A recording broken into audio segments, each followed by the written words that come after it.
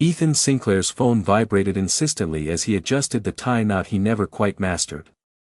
A message from an unknown number flashed across the screen: "Everything you think you know is a lie. Watch carefully tonight." His pulse quickened. Clarke & Sinclair Corp. was usually predictable: well-oiled routines, immaculate boardrooms, polite smiles. But this felt like a blade in the dark. From the corner of his eye, Isabella Clarke passed by in her signature tailored navy blazer, coffee in hand, serene and unbothered. Her smile caught the sunlight streaming through the office windows, and yet Ethan felt a prickle at the back of his neck. Something was off.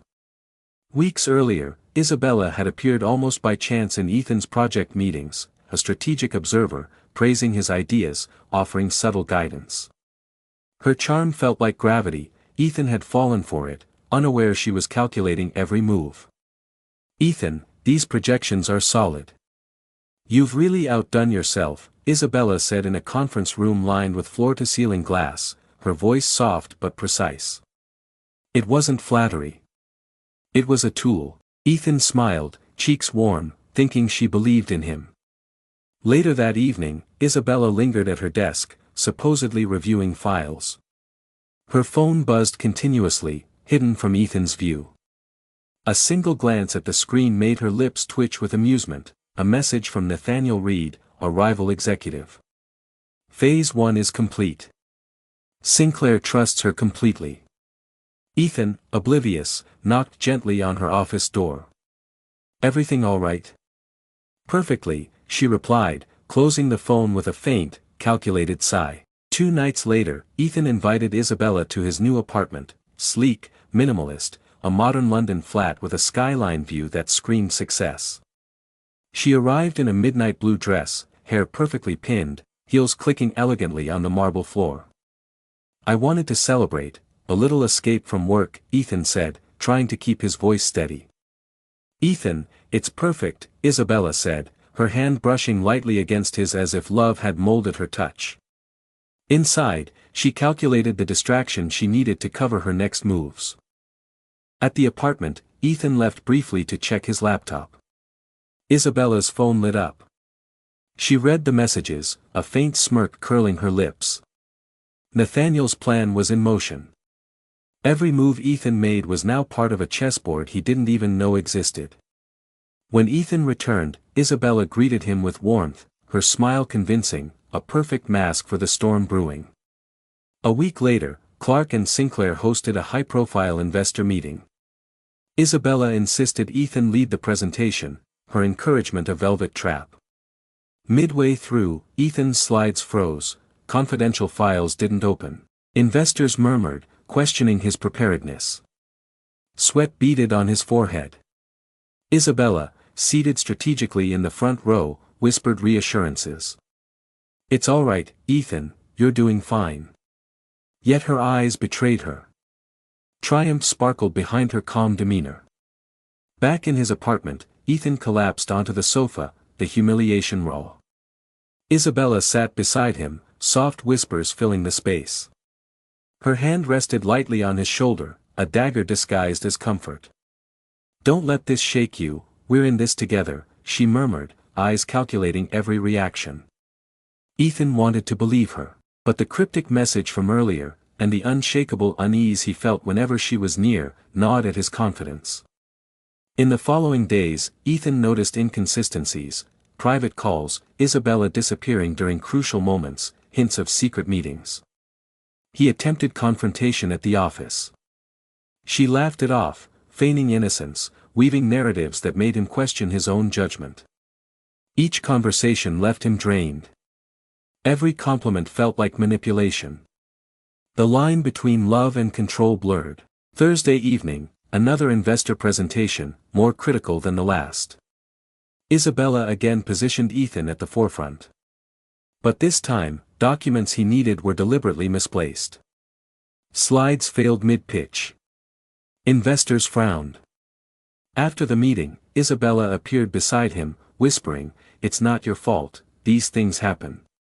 But Ethan caught the gleam of triumph in her eyes. The betrayal was deliberate, surgical. That night, Ethan returned to his apartment, shell-shocked. He found an envelope slipped under the door, photos of Isabella meeting Nathaniel Reed outside the office, laughing intimately. The realization hit him like a thunderclap, he had been deceived entirely. Isabella entered moments later, arms open in feigned concern. "Ethan, what's wrong?" Holding the photos, his voice cracked. "Who is he? Who are you?" She smiled faintly, the mask perfect, the warmth a lie. "It's just business, nothing for you to worry about." But the sparkle of triumph in her eyes was impossible to ignore. Trust was shattered.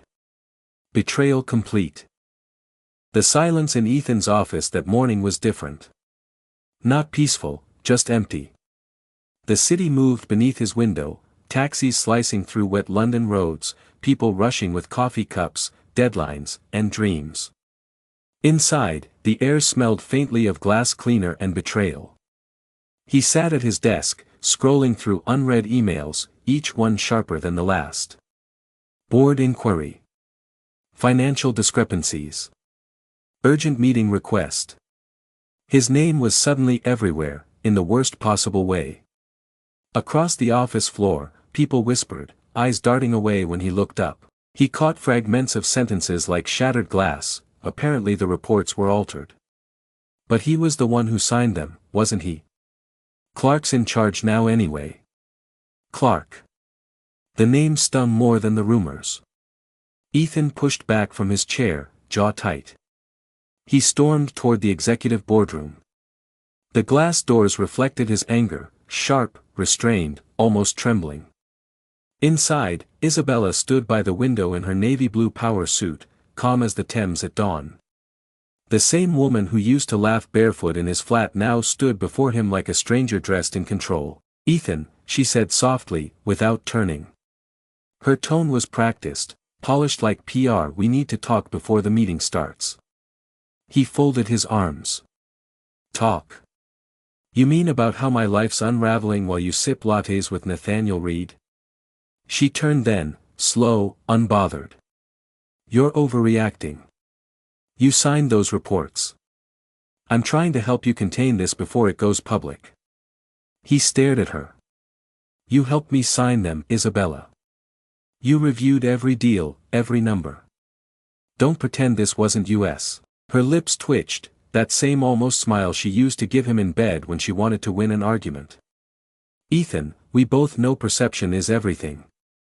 If the board believes you were misled, they'll show sympathy. If they think you were complicit, they'll destroy you.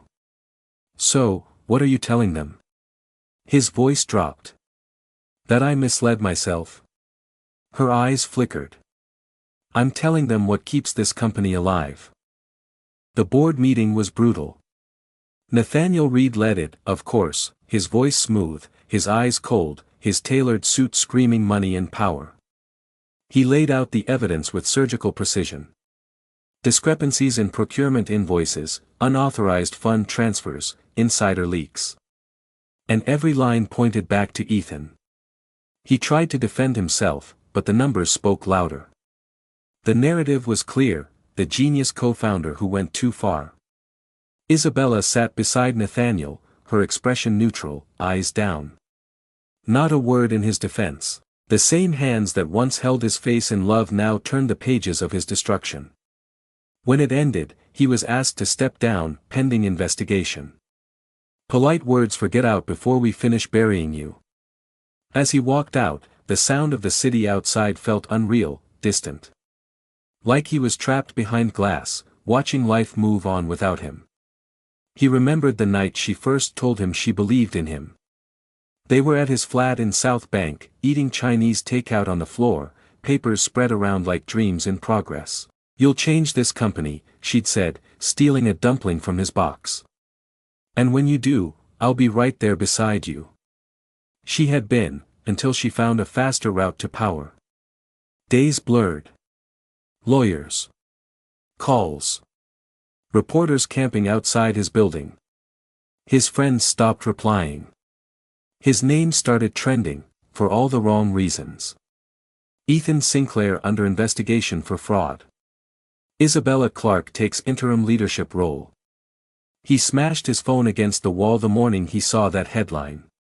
By evening, his flat was a graveyard of half-packed boxes and whiskey bottles. He sat on the floor, staring at the last message she'd sent him. "This wasn't personal, Ethan.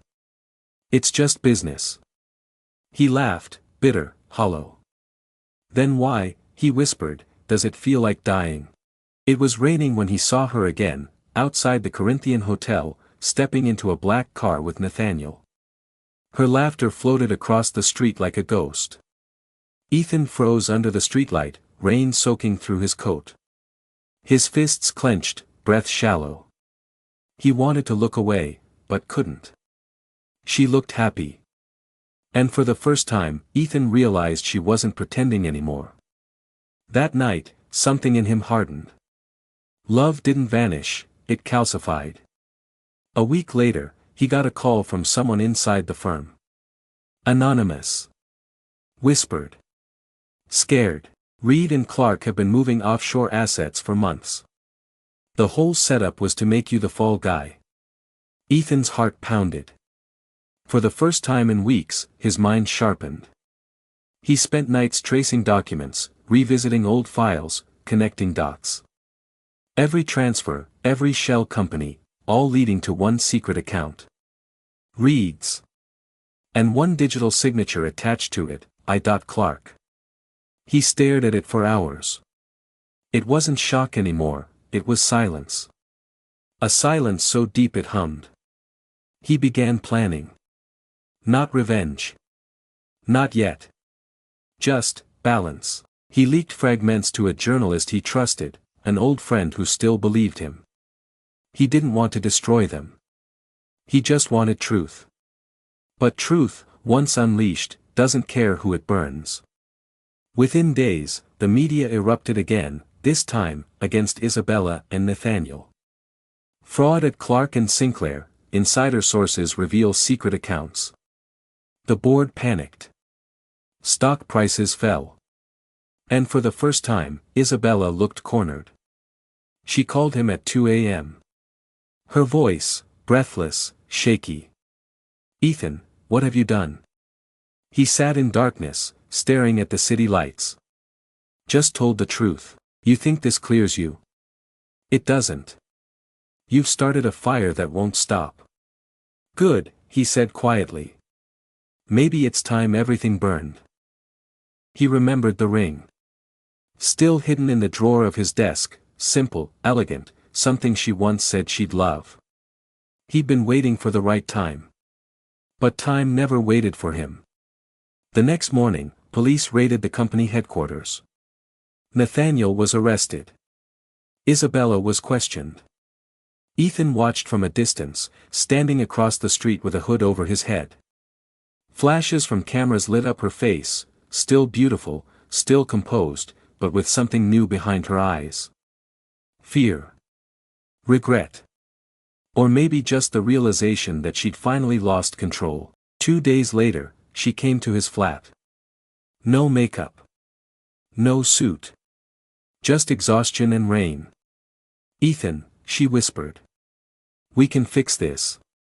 You and me." He almost laughed. "There's no you and me, Isabella. You killed that the moment you chose him." "I didn't choose him," she snapped, voice breaking. "I chose survival." He turned away. "Then survive without me." She stepped closer, her tone soft again, that old melody. "You still love me," she said. He looked at her for a long moment. "Maybe," he said. "But love isn't supposed to feel like bleeding." She left without another word. The scandal consumed everything. Clarke and Sinclair collapsed within weeks. Investors pulled out. Clients disappeared. Isabella's assets were frozen. Nathaniel was charged. Ethan was cleared, technically. But public faith never returned. He became a ghost, the man people whispered about but never hired again. A month later, a letter arrived. No sender. No address. Just his name on the envelope. Inside, Isabella's handwriting. I never meant for it to end like this. I loved you, in the only way I knew how. If there's any part of you that remembers us, please, forget me. He folded the letter carefully and placed it in the drawer beside the ring. The next morning, he booked a one-way ticket out of London. London was colder that week. The kind of cold that clung to skin long after the wind had gone. Ethan Sinclair sat alone in a cafe across the street from what used to be his empire. The once glass-walled headquarters of Clarke and Sinclair now stood like a corpse, empty floors, flickering security lights, and a faded sign missing half its letters. He stirred his coffee slowly, eyes fixed on the building. It felt strange to watch the world move on while his own had stopped. A small voice on the cafe's TV cut through the silence. Breaking news: former business magnate Nathaniel Reed faces multiple fraud charges as new evidence surfaces, allegedly leaked by an anonymous whistleblower. Ethan smiled faintly. The corners of his mouth barely moved. He'd kept his promise to the truth. But it had come at a cost he couldn't name. That night, he walked through the city again, the same route he used to take home with Isabella. The same lights. The same scent of rain. But everything felt hollow. He'd been gone for months after the scandal, somewhere in Manchester, working under a false name, trying to forget. But forgetting Isabella Clarke was like trying to erase smoke from a room. She had been everything: partner, rival, lover, and ruin. Now she was nothing more than a face on headlines. Or so he thought. It happened outside an art gallery in Mayfair. He saw her reflection first: glass doors, silver heels, black coat. Still elegant. Still unreadable. When she turned, her eyes widened just slightly. Then she smiled, the kind of smile that once made him believe in forever. "Ethan," she said softly. "I wasn't sure I'd ever see you again." He studied her face. She looked thinner, paler. Beautiful still, but hollow around the edges. "You shouldn't have," he replied. She exhaled, stepping closer. "I didn't come here to fight." He almost laughed. "You always say that before you start one." "Please," she whispered. "Not tonight." For a long moment, they stood in silence as London buses passed and the city hummed behind them. Finally, she said, "I lost everything too, you know." He looked at her. "You didn't lose everything, Isabella. You traded it." He remembered the last night before the company fell, when she'd sat on his couch, barefoot, sipping wine, pretending everything was fine. "What if it all ends tomorrow?" he'd asked. "Then we start over," she'd said. But starting over, for Isabella Clarke, had always meant starting alone. Inside the gallery, she led him to a quiet corner. "I have a deal," she began. He raised a brow. "You always do. There's evidence Nathaniel's team still has, data that could clear my name completely. You have contacts. You could help me access it." "Why would I do that?" "Because it'll expose what really happened," she said, leaning closer. "And because, you still care." He stared at her. The words hit harder than he wanted to admit. After a long pause, he said quietly, "You're right.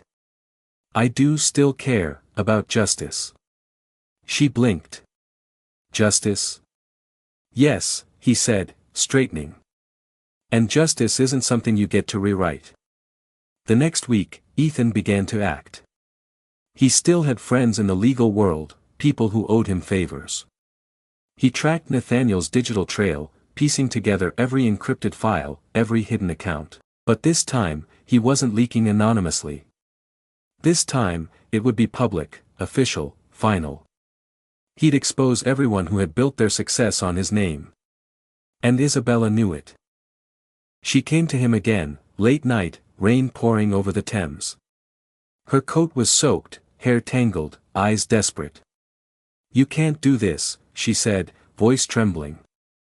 "You'll destroy us both." "I already did," he said quietly. "The day I trusted you." She stepped closer, tears mixing with rain. I was scared, Ethan. Nathaniel blackmailed me, he had recordings, threats, leverage. Don't, he cut in. Don't try to make this sound noble. I loved you, she cried suddenly. I still. He flinched, eyes burning. Then why did you let me drown? Her voice broke. Because I didn't know how to swim either. For a moment, neither spoke. Just the rain, heavy and endless. Then she whispered, if you go through with this, you'll lose everything left of you. He turned to leave. Maybe that's the point. A week later, it all came out. Every file, every offshore account, every falsified document tied to both Reed and Clarke. Ethan didn't hide this time. He released everything under his real name. Headlines screamed, Ethan Sinclair returns, new documents reveal true mastermind behind corporate collapse. The city roared again.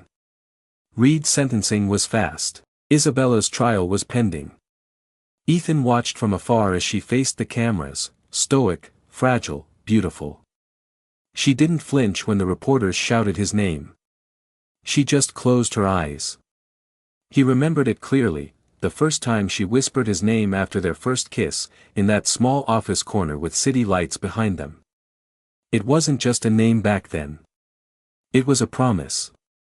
And now, hearing it shouted by strangers, it felt like an echo of something holy that had turned unholy. Days turned into weeks. Ethan's face returned to the news, but victory didn't taste like peace. The more he watched Isabella's downfall, the more hollow he felt. He had imagined it 1,000 times, her empire burning, her reputation ruined, but standing amid the ashes, he only felt empty. One night, sitting on the bridge over the Thames, he whispered to himself, maybe I didn't want justice. Maybe I just wanted her to look at me one last time, and see what she'd done. 2 days before her trial, Isabella sent for him. Against his better judgment, he went. The detention suite was cold, fluorescent, silent. She sat behind the glass, hair tied back, no makeup, just eyes that once knew how to disarm him. Why did you come? She asked softly. I'm not sure, he said. She leaned closer. Do you feel better now? He hesitated. No. I didn't think you would, she murmured. Because you and I, we were never built for peace. He studied her face, the woman who had ruined him and the only one who ever made him feel alive. She smiled faintly. You'll disappear now, won't you? You always do when you're done saving people. He almost smiled. Maybe. She pressed her palm to the glass. Then disappear quietly. He turned to leave. Goodbye, Isabella. As he walked out, she whispered, barely audible. It was always you, Ethan. Always. 2 weeks later, Isabella Clarke was found not guilty on several charges. The world moved on. But Ethan didn't. He sold his apartment. Deleted every trace of himself. Closed accounts. Vanished. Some said he left the country. Others said he jumped. No one ever found out. On his last night in London, he sat in his empty flat and wrote a single page, You were my fire and my ruin. I don't hate you. I just don't know how to forgive what I became because of you. He left it on the desk, and signed. Dawn over London. The Thames glimmered beneath the first light. A lone coat drifted near the bridge railing, the same grey one Ethan always wore. A gentle wind carried it toward the water. But no one saw the man who left it there. Just the sound of footsteps fading into the city, quiet, steady, gone.